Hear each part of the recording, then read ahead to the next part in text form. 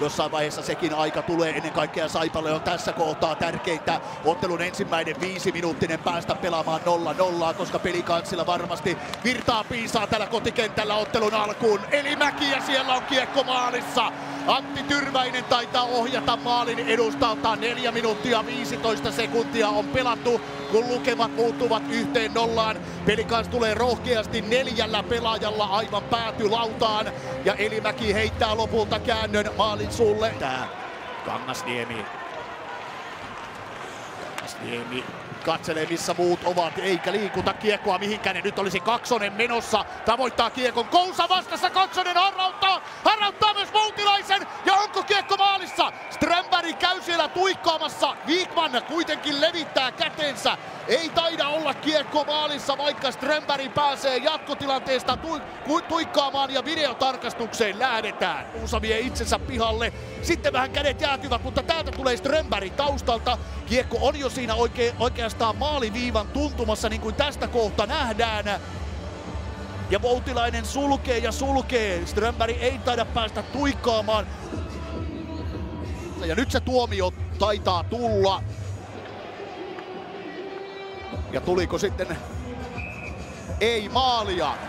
Urho Vaakanainen, joka on 4 maalia tehnyt Saipassa. 1 osuman on onnistunut myös täällä iskuareenalla Vaakanainen tekemään. Kaksonen kääntää kohon, paikka on tässä ja Voutilainen venyy kuin vieteriukko maalillaan. Varmasti yksi ehdokas vuoden tulokkaaksi myöskin liigassa Casimir Jürgens saattaa olla.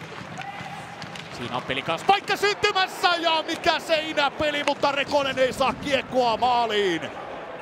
Oksasen syöttö menee suoraan Saariselle ja näin tulee Pelicans hyökkäykseen. Mankinen. Saarinen ja nyt on Mustonen aivan vapaana maalin edessä ja vastakiekko on Juha Leimu 2-0. Sieltä piiskaa Juha Leimu taustalta. 3. erä juuri ylittänyt puolen väliin, kun iskuareena tuulettelee Pelicansin toista osumaa. 5-5 vastaan Saipa maali tyhjänä. 2 minuuttia 3 sekuntia aikaa jäljellä. Jürgens. Jörninen ei saa Pelicans kiekkoa omalta alueelta pois. Topi Nättinen pyörittelee viivalla.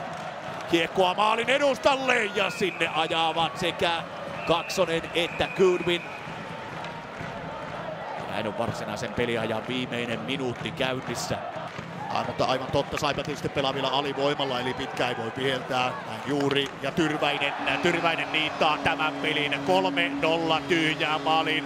Ja Pelicans tulee tasoittamaan tämän ottelusarjan 1-1 ja siirtämään ratkaisua lauantaille.